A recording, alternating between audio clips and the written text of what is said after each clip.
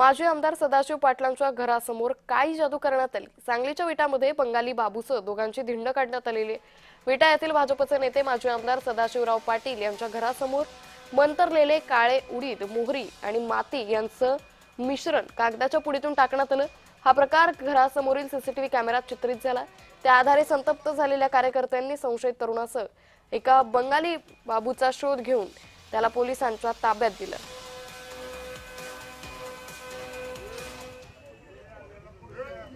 तर या संदर्भात अधिक माहिती घेऊयात आमचे प्रतिनिधी दीपक चव्हाण यांच्याकडून। दीपक, माजी आमदार सदाशिव पाटलांच्या घरासमोर काळ्या जादूचा हा प्रकार दिसून येतोय, काय अधिक माहिती?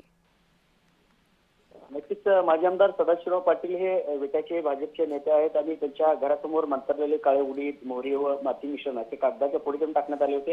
हा प्रकार सीसीटीव्हीच्या माध्यमातून समोर आल्यानंतर कार्यकर्त्यांनी संशयित एका तरुणाला आणि एका बंगाली बाबूचा शोध घेऊन त्यांना पोलिसांच्या ताब्यात दिलेला आहे। भाजपचे नेते असलेले सदाशिव पाटील यांच्या घरासमोर असा प्रकार झाल्यामुळे विटा परिसरामध्ये खळबळ माजलेली आहे। दुचाकीवरून हे दोघे आले होते आणि एकाने त्यातले पोलिसातून काही वस्तू घरातून टाकून पलायन केलं होतं।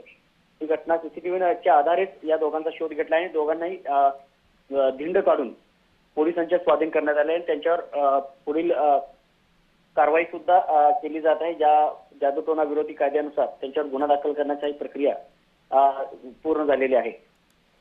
निश्चित, धन्यवाद दीपक, आपण दिलेल्या सविस्तर माहितीसाठी।